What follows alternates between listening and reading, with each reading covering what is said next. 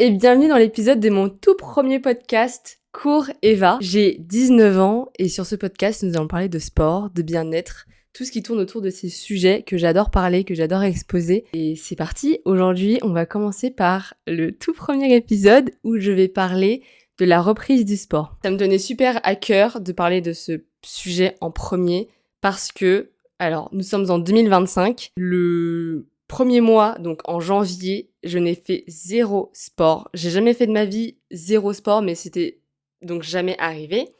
Je fais 0 sport, c'est-à-dire que je ne marche même pas. Dites-vous que je ne marche même pas. Je ne fais plus de vélo, je ne cours pas, je suis devenue à ce moment-là super sédentaire. Au bout d'un moment, au début, ça m'allait évidemment, comme tout le monde, ça fait plaisir de prendre du temps pour soi en même temps parce que je ne faisais pas rien non plus, mais on va dire que au niveau physique, je faisais beaucoup moins de choses. Et début février, j'ai eu un déclic. Mon déclic fut lorsque j'ai fait une randonnée et que je me suis rendu compte que j'étais incapable de marcher 1 heure ou 2 heures, ce que j'étais complètement capable de faire avant. Et c'est là qu'il y a eu un énorme choc dans ma tête où je me suis dit ok, c'est pas possible, il faut que je reprenne l'activité physique et l'activité sportive dans mon quotidien, que ce soit juste 1 heure ou 2 par semaine. C'était vraiment le principal, c'était de me mettre en action. J'ai repris la course à pied. Donc j'ai repris la course à pied. La course à pied, j'en ai fait pendant plusieurs années quand j'étais plus jeune, mais c'était à côté d'autres sports, donc c'était pas mon sport principal, mais c'était un sport que j'avais à côté, comme faire du vélo par exemple. Et donc, je me suis dit, ok, on va reprendre la course à pied petit à petit parce que j'avais envie de reprendre la course à pied, mais j'avais pas cette détermination pour y arriver, pour y aller de moi-même. Et donc, je me suis dit, ok, c'est simple. Si j'ai envie de voir des progrès au niveau de juste respiratoire, parce que vraiment, ce qui m'a fait mal à ce moment-là, c'est de me rendre compte que au niveau respiratoire, j'avais tellement de difficultés. C'est-à-dire que j'étais essoufflée, ce qui m'était quasiment jamais arrivé auparavant. J'étais incapable de tenir plus de 20 minutes de vélo sans ne plus en pouvoir. Donc on en est à ce stade-là, ce qui est complètement inconcevable quand j'ai été, donc durant toute ma jeunesse sportive, en fait, tout simplement. J'ai toujours bougé, j'ai toujours fait de l'activité. Quel qu'il soit, je marchais quand même beaucoup. Et là, plus rien du jour au lendemain.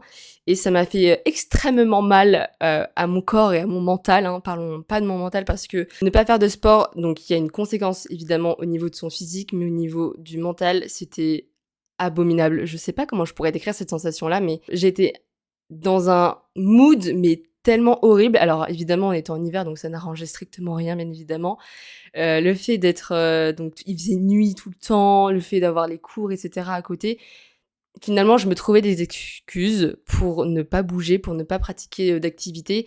Et en fait, là, j'ai eu un ras-le-bol et il a fallu qu'il m'arrive un événement. Donc, tu vois, c'est cette randonnée, alors que je randonnais tous les week-ends avant. Et c'est ce moment-là où je me suis rendu compte, ok, non, c'est pas possible. J'ai envie de reprendre la course à pied parce que, pour le coup, j'adorais ça.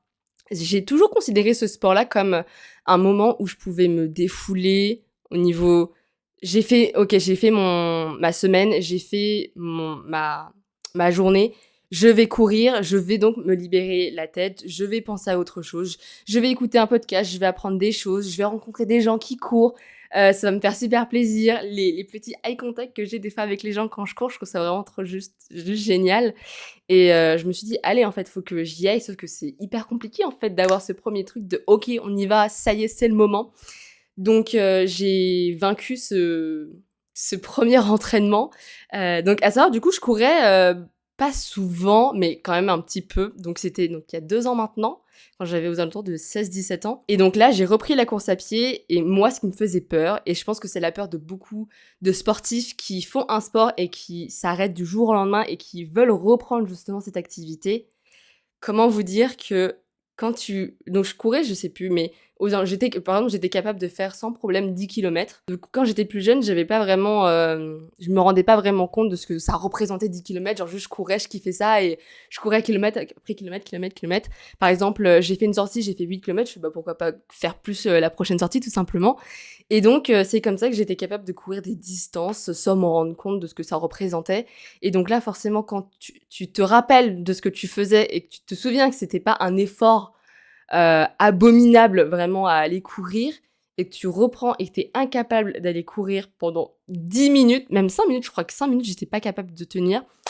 waouh, la grosse claque en fait. Et là, je crois que c'était quitte ou double. C'était soit je me dis, ok, je suis nulle, j'y arrive plus, je suis incapable de recourir comme avant, je suis incapable de me remotiver comme avant, comme je le faisais, à trouver du plaisir, parce que c'est le plus important, ça, c'est de trouver du plaisir, évidemment, dans la pratique que l'on fait. Enfin, si vous faites une activité qui vous plaît pas, franchement, c'est vraiment dommage. Vraiment, c'est trop dommage parce qu'il y a tellement de sports qu'on peut faire et trouver le sport qui nous correspond et y aller à fond et profiter. Et des fois même, enfin, quand t'es passionné de ce que tu fais, tu peux genre juste y aller et enfin, c'est tellement une habitude que tu ne réfléchis même plus. Tu réfléchis même plus. Et là, je pense que ça en devient maintenant c'est tellement ancré dans mon quotidien que je vais courir, c'est dans mon emploi du temps, entre guillemets, c'est, bah ok, on est ce jour-là, je vais courir. Donc c'est genre planifié, c'est comme ça, genre je remets pas en question, à moins que je suis malade et tout, mais sinon j'y vais à fond. Et ça me fait toujours aussi plaisir parce que j'ai donc décidé de continuer. Je me suis dit, ok, je suis pas capable de courir 5 minutes, eh bien on va faire en sorte de continuer à courir 5 minutes et courir 5 minutes, puis 5 minutes, puis 5 minutes, puis 5 minutes. Je pense que j'arriverai à courir 10 minutes, 15 minutes, 20 minutes. Et donc c'est comme ça que progressivement, je me suis dit, ok, on va y aller à son rythme. J'ai donc commencé à courir 5-10 minutes grand max les premières semaines où j'ai repris à courir. Et ensuite, j'ai voulu intégrer du fractionné dans ma préparation à recourir correctement, entre guillemets, parce que même ma foulée, même tout, j'avais pas perdu parce que, évidemment, on a notre mémoire musculaire, on se souvient, et je pense que si maintenant j'ai aussi progressé, c'est que, bah, évidemment, mon corps se souvient de tout ça et j'y arrive plutôt bien. Enfin, je suis contente de moi en ce moment, du moins. Mais c'est vrai que c'est compliqué au début de se dire, je dois retourner pour courir que 5 minutes, 10 minutes. Mais au fin de compte, au début, on se rend pas compte que de courir 5 minutes, de courir 10 minutes, donc tu fais une séance de 5 minutes, une séance de 10 minutes, une séance de 5 minutes peut-être, tu fais 3 séances dans la semaine et puis voilà, et bien cumuler ces petites heures de course, et bah finalement sur le long terme ça fait gros, et ça a été le cas pour moi, c'est-à-dire que j'enchaînais, c'est-à-dire je faisais 3 séances, je courais 5 minutes, puis je refaisais une course de 5 minutes, et je voulais faire donc du fractionné, je me suis dit mais comment on fait du fractionné quand on n'est même pas capable de courir 5 minutes? Et en fait, tout simplement, j'ai fractionné avec de la marche. C'est-à-dire que je courais, je sais pas, 2 minutes et ensuite, je marchais 2 minutes et je recourais 2 minutes et c'est comme ça que progressivement, je me suis améliorée et j'ai remarqué cette amélioration et c'était genre juste incroyable. Je me souviens plus du moment où je me suis dit: «Waouh, j'étais même pas capable de courir 5 minutes et maintenant je suis capable de courir 15 minutes». Je me souviens plus de ce moment-là, de ce palier franchi, mais je sais que je devais être hyper fière de moi à ce moment-là parce que on s'en fout en fait que genre tu cours 5 minutes, que tu cours 10 minutes ou 15 ou 49 minutes. Le plus important pour moi, c'était genre juste d'y aller, de me faire plaisir à prendre le soleil, prendre toute cette bonne énergie, cette bonne humeur. Et en fait, vu que je me sentais tellement bien quand je revenais de mes petites courses, c'est-à-dire que j'étais contente d'y être allée. Au début, c'était comme ça, j'étais contente d'avoir franchi le pas, d'être sortie, que ensuite j'ai pu prendre plus plaisir à y aller. Franchement, à me dire, allez, là, cette fois-ci, on va courir 2 minutes de plus. Ok, cette fois-ci, on va courir 1 kilomètre de plus. Et c'est comme ça que petit à petit, j'ai commencé à croire en fait en moi et à me dire: «OK, bah, j'en suis capable et j'ai toutes les possibilités et les capacités d'y arriver» et que si je m'étais arrêtée pardon, à cette première course que j'avais faite où j'étais incapable de dépasser ces 5 minutes de course, si je m'étais arrêtée là, bah, j'en serais pas là aujourd'hui et là, il y a donc avant-hier, je crois, j'ai recouru 10 kilomètres et j'étais donc super fière de moi parce que j'avais comme un truc de je sais pas quand est-ce que je vais pouvoir recourir cette distance parce qu'évidemment quand tu te dis: «OK, mais je suis incapable de courir 1 kilomètre» et là tu dis: «Tu cours 10 kilomètres? Mais genre comment tu fais? Tu es trop forte» et c'est ce que je me suis dit, c'est waouh! Quand j'ai repris, quand j'ai fait: «Ça y est, la boucle elle est lancée, j'y vais franchement», je me suis dit: je cours que 1 kilomètre». Mais j'ai couru 1 kilomètre, tu vois? C'est trop cool, c'est trop bien et je suis trop contente de ça. Et le jour où je recourrai 3 kilomètres, 5 kilomètres, 7 kilomètres, 8 kilomètres, 10 kilomètres, eh bien, ça sera comme quand j'ai commencé à courir 1 kilomètre, c'est-à-dire que je suis trop fière de moi et ça restera et je suis trop contente de me dire que finalement, tu peux reprendre. Alors évidemment, mentalement, c'est quand même compliqué, hein, on va pas se mentir. Je pense que le mental c'est plus compliqué et ce qu'il faut faire aussi super attention, je pense, c'est de ne pas griller les étapes. Je pense que malheureusement, il y a beaucoup de personnes qui y vont trop rapidement et donc pour tenir sur la longue, c'est super compliqué ou alors ils sont démotivés et donc on est dans un engrenage assez bizarre, c'est-à-dire OK, ça y est, on y va. On fait une première activité à fond, donc beaucoup trop vite et ensuite on se dit: «Bah non, en fait, c'est pas un sport pour moi, j'y arrive pas, c'est pas possible» et cetera et ensuite on fait marche en arrière et ensuite on reprend et cetera donc c'est-à-dire qu'on a une non-régularité sur donc n'importe quel domaine en réalité, c'est le cas dans tous les sports et dans tout ce que tu entreprends dans la vie évidemment et là de se dire que OK, je vais courir à des allures que je ne courais pas avant et c'est pas grave. Je vais, marcher, sur mes séances de fractionnés, je vais me dire que je suis capable de courir 3 kilomètres et finalement je vais m'arrêter à 1,5 parce que c'était peut-être pas le jour ou c'était pas j'avais pas une grosse envie, mais en fait, c'est pas grave et c'est ça que j'ai réussi à me dire et à vaincre ce truc dans ma tête à me dire: «Mais Eva, genre c'est trop nul ce que tu fais, tu même pas». Non, genre juste, Eva, tu sortie, tu pris l'air, t'as rencontré des gens, t'as vu des gens, t'as discuté, tu as su te dépasser, tu es discipliné, bravo à toi. Et juste, tu as des idées, t'as des envies, t'as des projets dans la tête, donc que ce soit des objectifs sportifs, des compétitions, etc. Et tu y vas à fond. Et c'est ça qui est trop bien. C'est pour ça que je suis trop contente, c'est de me dire, en fait, je pensais être quelqu'un qui allait vouloir griller les étapes un peu trop vite, c'est-à-dire de me dire, bah, je sais que je suis capable de courir autant de kilomètres, du moins que je l'étais, et que bah ça y est, je reprends les mêmes allures à laquelle je courais quand je courais plus régulièrement. En fait, non. Non, parce que quand tu as couru pour la première fois, tu courais pas 10 kilomètres d'un coup à des allures pharaonomiques, à des grandes allures. Mais c'est pas grave, parce qu'en soi, c'est pas ça qui compte.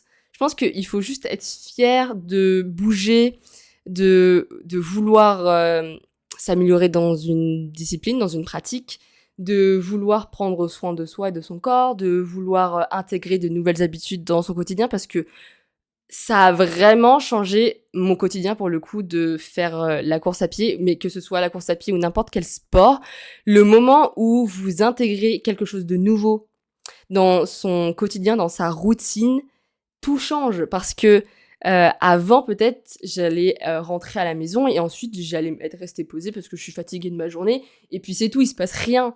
Maintenant, je rentre, j'ai qu'une chose à me dire, c'est OK, je vais enfiler mes baskets et je vais aller courir et donc je vais prendre le soleil, je vais prendre du temps pour moi et ça c'est vraiment génial, mais c'est le bonheur vraiment de ça il y a en fait comment dire? Qu'il y a eu un énorme gap de avant quand je faisais plus de sport, donc ce mois de janvier et quand j'ai repris après, il y a eu un énorme changement, c'est-à-dire que j'étais super heureuse de me dire: «OK, là, je rentre à la maison et ensuite je vais ressortir, je vais reprendre l'air, mais cette fois-ci, c'est pas pour aller en cours, c'est pas pour faire quelque chose qui, entre guillemets, "ne me plaît pas" ou du moins qui est une obligation. Je sors pour aller me faire du bien à l'esprit. Je sors parce que je vais pouvoir m'oxygéner l'esprit, je vais pouvoir juste me défouler, par exemple, de ma journée que je viens de passer et ça, c'est incroyable, genre juste de en fait, c'est comme si pendant genre 30 minutes, parce que du coup, avant, je courais 15-20 minutes. Donc, tu cours 15-20 minutes ou 40 ou plus. Tu coches un petit créneau dans ton emploi du temps où tu vas courir ces temps. Et c'est ces temps-là que en fait, tu prends ce temps pour prendre soin de toi. Et c'est comme ça que je l'ai vu. C'est-à-dire, mais en fait, je vais pas juste courir. Je vais prendre du temps pour réfléchir, pour penser à des choses, pour me vider la tête, pour des fois je suis juste concentrée et je pense à rien et ça fait tellement du bien des fois de penser à rien. OK, par exemple, je sais pas, je sais que moi quand j'ai envie d'écouter des choses quand je cours, c'est des podcasts. Comme actuellement, je suis en train de faire un podcast. Et donc, je suis trop contente de me dire, OK, je vais aller courir et je vais aller apprendre quelque chose, par exemple, sur un sujet qui m'intéresse ou qui me passionne. Et et je me dis, OK, je prends ce temps-là pour aller me renseigner, me documenter, apprendre de nouvelles choses, etc. Et c'est genre juste plaisant et trop kiffant de quand tu prends plus de temps pour toi et tu prends plus soin de toi, quel qu'il soit, et que tu es quelqu'un qui a besoin, vu que j'ai été sportive durant toute ma jeunesse, j'ai pratiqué du sport, je sais à quel point le sport était bénéfique pour moi. C'est-à-dire que quand j'étais plus jeune, des fois, des fois, pendant la période d'été, c'est la période où je faisais un peu moins de sport, je faisais des randonnées, etc. Mais je faisais moins toutes mes activités sportives que je faisais au quotidien quand j'étais étudiante, etc. Et le fait de me dire, OK, on y va, et que c'est OK de faire... c'est OK de faire des pauses. Alors là, il y a aucun souci. C'est super important aussi de se dire, OK, non, là, je le sens pas. J'ai pas envie pendant tant de temps et on fait une petite pause. Enfin, ça, c'est OK. Enfin, il y a aucun souci. Et c'est pas parce que tu fais une pause que t'es plus discipliné et que t'as plus envie d'y aller. Ça, c'est complètement faux de se dire ça. Je sais pas pourquoi. Il y a des gens qui pensent comme ça. Je sais pas c'est cause de quoi. Je pense que c'est le truc du sportif, c'est j'ai pas le droit de m'arrêter en fait. C'est je fais du sport, je fais du sport, je fais du sport tout le temps et que c'est impossible d'arrêter parce que c'est pas bien d'arrêter. Enfin, on n'arrête pas, tu vois. Or, c'est trop bien de prendre du temps pour soi ou alors d'expérimenter d'autres activités. Je sais que moi l'été, j'aime bien nager, donc c'est le temps aussi de prendre du temps pour soi autrement dans une autre activité, apprendre d'autres activités, de voir de nouvelles disciplines, d'apprendre parce que chaque sport, je pense, nous apporte différemment. Moi, la course à pied m'apporte comme le vélo m'apportera autrement, par exemple. Et c'est ça aussi qui est génial, c'est de pouvoir aussi diversifier ses sports et de ne pas se cloisonner à un domaine, une chose spécifique et de pouvoir expérimenter d'autres choses.